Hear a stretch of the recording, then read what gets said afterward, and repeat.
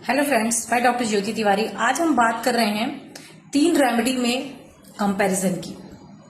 Arsenic, lycopodium, phosphorus और साथ में थोड़ा सा टच नक्सवोम का भी रहेगा, because these 4 are the wonderful remedy in our prescription. और इनकी मोडालिटीज एक दूसरे के साथ बहुत क्लोजर जाती हैं, बहुत क्लोज जाती हैं।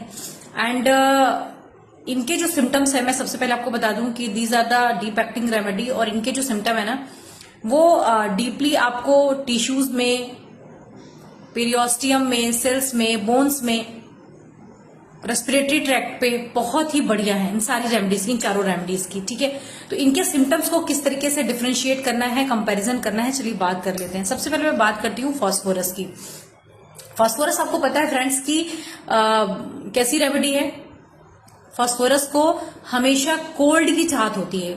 Phosphorus want cold air, cold drink, उससे उसको बेटर फील होता है। ठीक है, ठंडी ठंडी चीजें खाने से उसके जो स्टमक के सिम्टम है उसमें रिलीफ आता है। बट इन द कॉन्ट्रेरी आप थ्रोट सिम्टम अगर देखेंगे, रेस्पिरेटरी सिम्टम्स देखें, तो वहां पर उसे वार्म ड्रिंक से रिलीफ आता है।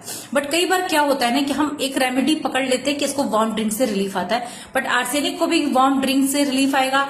आर्सेनिक के साथ आपको नक्सवोमिका देखने मिलेगी जहां पे वार्म ड्रिंक से रिलीफ आएगा। लाइकोपोडियम इक्वली, उसे भी वार्म ड्रिंक से रिलीफ आता है। बट अगर हम लाइकोपोडियम की बात करें तो he is very sensitive for cold, right. Warm drink से उसे रिलीफ आ रहा है, लेकिन सिम्टम्स कई सारे ऐसे जो एग्रावेट करते हैं, स्पेशली हेडेक का सिम्टम है, बॉडी में अगर पेन हो रहा है एक्सर्शन के बाद, तो वहां पर वार्मथ ऑफ बेड से पेशेंट एग्रावेट करता है। He is better in cold air. So आपने फास्फोरस में देखा कि throat better by warm drink, but stomach better by cold.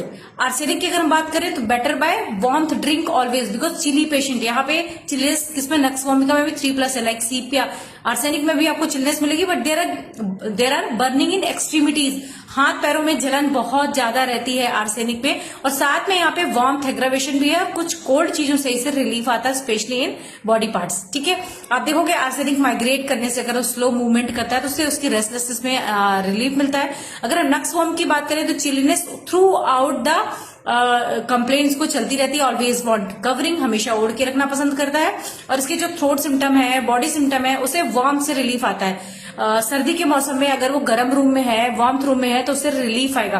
But कई सारे ऐसे पेशेंट्स हैं जिनकी कंप्लेंट, जैसे कि हमने कल ब्राइनिया डिस्कस करा था, कि वार्म रूम पे एग्रावेट करती है। तो दीज आर द फ्यू पिक्युलैरिटीज जिनके थ्रू हम रेमेडीज का कंपैरिजन करके उन्हें हम डिफरेंशिएट कर सकते हैं इन